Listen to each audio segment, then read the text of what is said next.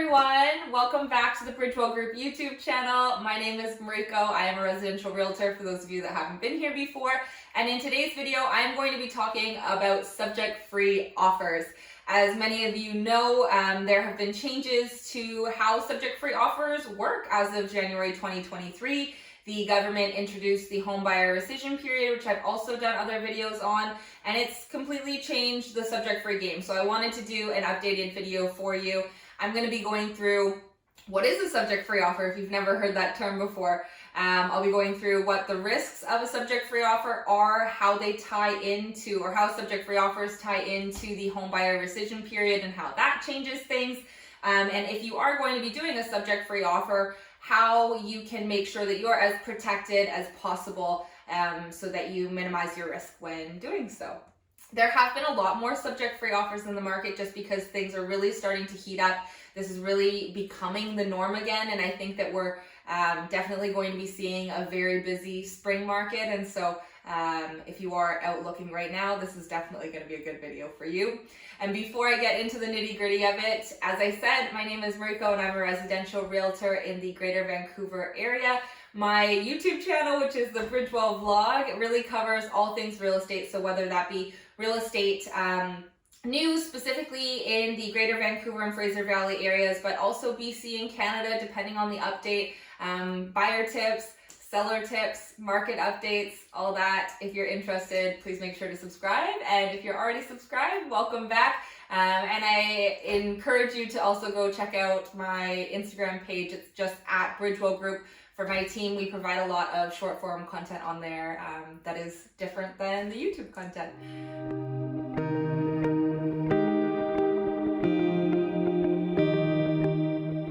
So, what is a subject-free offer?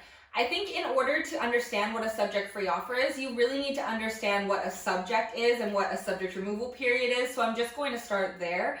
But when you have a subject on a contract, it's essentially a term that allows the buyer to be able to back out of the contract in the process of doing their due diligence if they are not satisfied.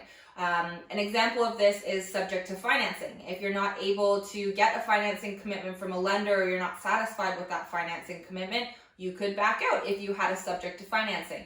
Same with an inspection. You could get an inspection report done. If you're not satisfied, you could back out. Other common ones, title search, property disclosure statement, insurance, strata documents if it's a strata property. So this is the time that the buyer is able to do their due diligence on a property and in most situations and in many situations have a no harm, no foul situation if they are not satisfied and choose to not go forward with that property.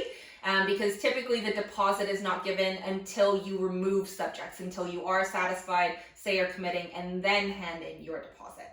Now, when we're talking the standard subject removal, it's usually around a week. But when we are negotiating an offer, what are we usually negotiating? We're negotiating price, of course, date, so when someone moves in versus moves out, and then last but not least, subjects. So you can see that by the nature of these subjects and subject removal period, of course, from a seller's side of things, it's more desirable to have less subjects. It gives the buyer less option to back out. Of course, it's more desirable to have a shorter subject removal period because it means you know whether your home is sold faster. And the king of kings is subject free because it means that there's no subjects on a contract and they are just committing to buying the property. They've said, I'm good with financing beyond a reasonable doubt. I don't need an inspection, or maybe I did a pre-inspection and I've read the documents or I'm satisfied with the documents and I'm committed. So that really is what a subject-free offer is. A subject-free offer is an offer with no subjects where the buyer is saying that they are committing to the property. Now, you will often see subject-free offers quite a bit more frequently when the market is really hot. It's more of a seller's market, demand is high, supply is low, just because buyers are doing everything that they can to be competitive. So as I said before, usually you're negotiating price, dates, and then subjects or lack thereof. Now, the big difference that happened in January of 2023 was the government announced that they were basically trying to get rid of subject-free offers, and everybody, whether you had subjects or not, now has the right to this 3-day cooling off period. It's mandated, it can't be waived. it's always going to be there. So what is this 3-day cooling off period? It's synonymous with the home buyer rescission period, first of all. So if you hear me talking about either, they're interchangeable. And what it is a regulated 3 business day period of time once the accepted offer comes together that you have to do your due diligence. So whether that be reviewing strata documents, whether that be, making sure that you're running through things with your mortgage broker once you get that accepted offer, you now have a 3-day window after you get your accepted offer to do that due diligence. So in a way, subject-free offers, at least as we knew them before, are no longer. Everybody has some form of a time to do their due diligence. The big difference between putting a subject on a contract now versus going subject-free is that as a part of this home buyer rescission period, if you back out during that rescission period and you invoke that rescission, you owe the seller 0.25% of the purchase price as a penalty. If you have subjects on a contract, you would just, invoke your subjects and collapse the deal that way, so you wouldn't owe any penalty. So this home buyer rescission period is really, in my opinion, most applicable to subject-free offers because those are the ones that, if they don't move forward, are going to be invoking this rescission period. If this is a little bit over your head, I've done other videos on it. I have a whole video on the home buyer rescission period. I have home buyer rescission period examples, comparing them to subject offers, just so that you can get a much higher level understanding of this. But the point here is that when you are writing a subject-free offer now, you have a 3-day cooling off period to do your due diligence on the property. It's also important to know that when you get the accepted offer, that 3 business day period starts the date after your accepted offer. And being business days doesn't apply to weekends or holidays. I think that's something that's really worth noting here is that a subject-free rescission period is only 3 business days. But as I said before, a subject removal period is pretty normal for it to be around a week or 5 business days. And so just because you have this home buyer rescission period doesn't mean that we can just not put any subjects on there and just rely on this home buyer rescission period and it should be fine. Really, I know that some people might be doing that, but it's not a smart or really effective way of doing it because oftentimes things won't be done within that period of time. So what do we have to do? I always tell my clients, that if you're going subject free, yes, you typically, traditionally did not have that time to do your due diligence after the accepted offer, but it doesn't mean that just because we don't have subjects, we don't do our due diligence. It just means that we do our due diligence before we know whether or not we actually have that accepted offer. And so there's a lot more heavy lifting when you are writing subject free. And that often involves reviewing the documents in full and making sure that you're satisfied before you know whether you have that accepted offer.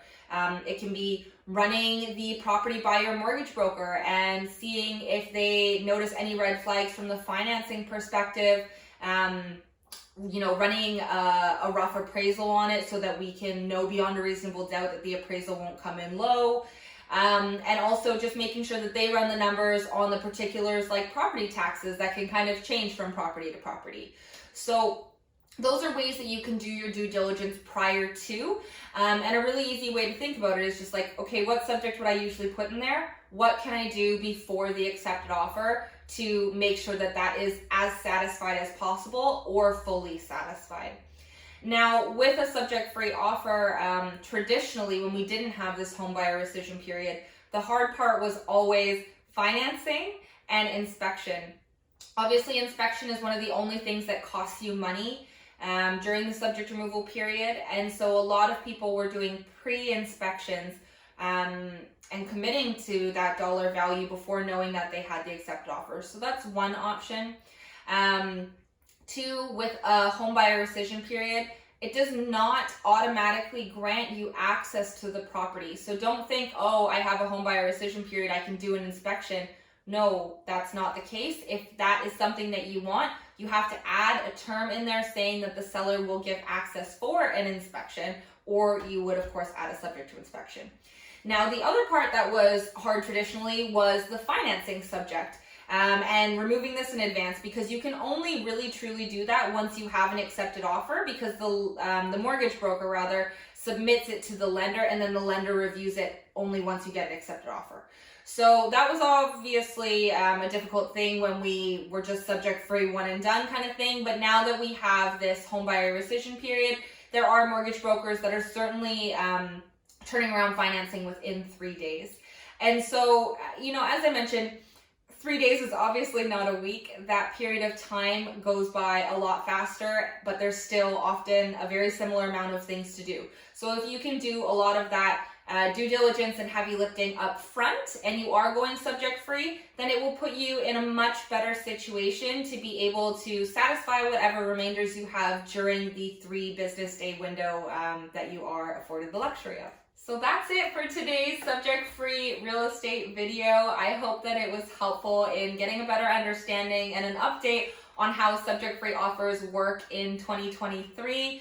As I mentioned before, I have a number of other videos on subject-free and the home buyer rescission period, frequently asked questions, and a little bit more of like a visual example on how the home buyer rescission period works with a subject-free offer and a subject offer, how those penalties work. So if you want more of a higher level understanding of those concepts, definitely feel free to check them out. And as always, please like this video, comment down below if you have any questions or just comments about it, and don't forget to subscribe. If you are looking to buy, sell, or invest in the Greater Vancouver or Fraser Valley area, myself and my team at Bridgewell Group would love to help you. We are residential realtors. As I mentioned, we have over 150 5-star reviews online, and we're very passionate about what we do. And obviously, keeping everybody educated and safe is a part of that process, especially in a crazy market like we're experiencing right now. And I only anticipate it's going to get crazier as we move into spring. So again, thank you so much for watching. Please let me know if you have any feedback or if there's anything else that you'd like me to cover in future YouTube videos. And I hope you have a great day. Bye.